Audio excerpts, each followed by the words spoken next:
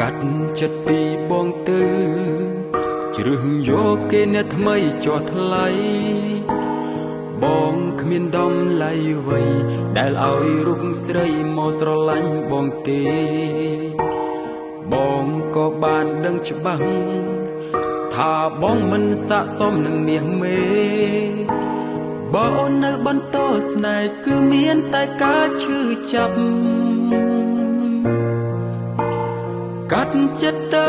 ណាស្រីព្រោះបងគ្មានអ្វីស័ក្តិសមនឹងស្ងួនមានតែការឈឺចាប់ឲ្យអូនមានដឹងទេមានតែទ្រាំកាត់ចិត្តប្រគល់អូនឲ្យទៅរូបគេទុំដឹងថាឈឺចាប់ក៏បងសុខចិត្តដើម្បីក្តីសុខអូនណាថ្លៃ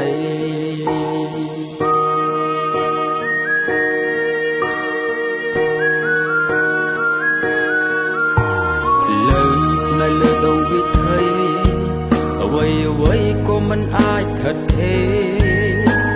ជីវិតបងពេលនេះគឺមានតែបញ្ហាមិនចេះចប់ឡើយផ្លូវដែលបានដើរហួសហើ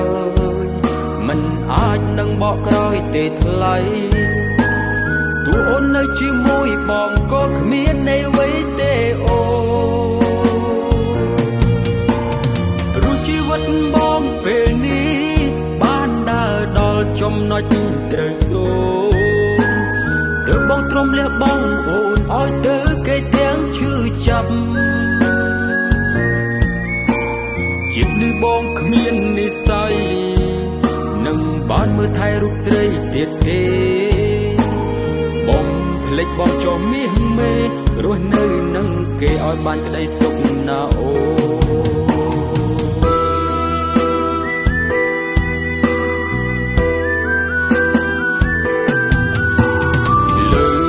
លើដងវិថី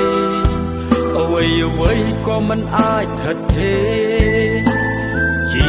វិតបងពេលនេះគឺមានតែបញ្ហាមិនចេះចប់ឡើយ